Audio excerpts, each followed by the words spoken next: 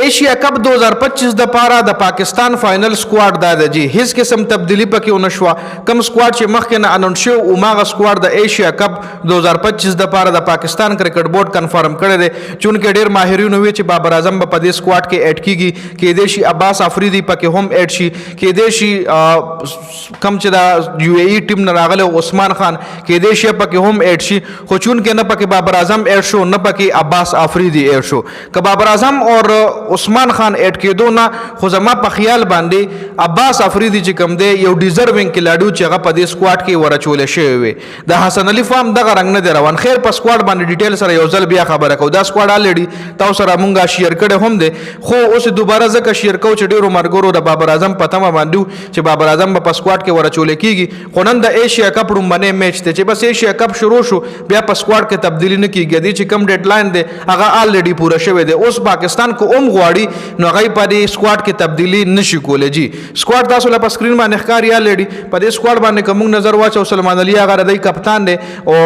ټي20 کپتان مخکې هم او ما کپتان دی وسره بیا ابرار احمد دی فهیم اشرف هم د سکواډ حصہ ده فخر زمان حارث رؤوف حسن علي اوټ اف فارم دی ځکه مو وی چې حسن علي په ځای باندې کم از کم عباس افریدي شاملول پکارو ځکه عباس افریدي ول شاملول هغه په دې ویډیو اینڈ کې ډیسکس کو جی حسن نواز ډیزروینګ کې لړی دی حسین طلعت باندې ډیرو خلکو تنقیدونه کول چې حسین طلعت په ټي20 کې سټرایک ریټ 115 سټرایک ریټ ته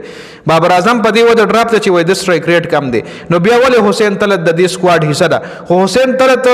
ته ډراپ کول شي د پلینګ 11 نه خو بابر اعظم چې تا په ټیم کې شامل کو په سکواډ کې شامل کو بیا پلینګ 11 تم ورخېږي نو پلینګ 11 کې بیا دغه ځکه چې بنچ باندې تکینه نو بیا هم خلک وای چې سینیئر کې لړی ډراپ کړی دی یا بابر اعظم یو ګریډ کې لړی دی ډراپ کړی دی نو حسین طلعت په دې وجه ته خوشدل شاه هم د سکواډ حصہ ده محمد حارث ماغه وکټ کیپر بیټسمن دی صرف یو واحد وکټ کیپر بیټسمن دی چونکه صاحبزاده فرحان هم وکټ کیپینګ کول شو هغه پارت ټایم کیپر دی پروفیشنل کیپینګ نه دی پروفیشنل کیپینګ چې کوم وی هغه هر سړی نشي کوله بیا ور سره محمد نواز دی چونکه په ټری نیشن سیریز کې ښه پرفارمنس کو نه در ډراپ کېدو خو چانس نه جوړیږي محمد وسیم جونیئر ته په ټری نیشن سیریز کې مکمل نه شو صاحبزاده فرحان کنسسټنټلی په ټری نیشن سیریز کې هم اون چلیدو خو امید درا چې په دې کې چلی ځکه چې کوم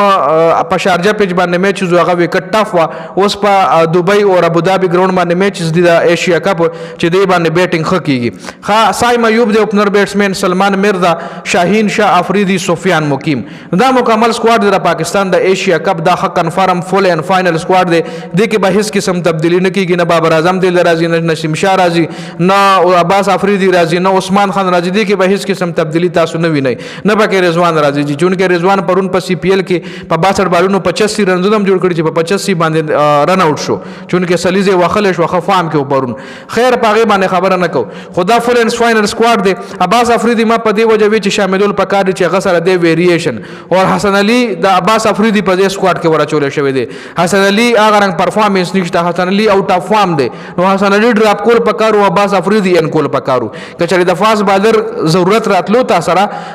حارث رؤوف ته مکا انجړ کې دو یا شاهین افریدي لتا د مور کول په عام میچ کې نو بیا عباس افریدي بیسټ چوایس د پلینګ 11 خو عباس افریدي انفارچونیټلی د سکواډ حصہ نه ده ځکه ما وی چې عباس افریدي ایت لیست په دې سکواډ کې شاملول پکارو نو دیس از فول اینڈ فائنل د کې به هیڅ چینجز نور نه کیږي تاسو د حواله سره سره دا کمنټ لازمي وکړئ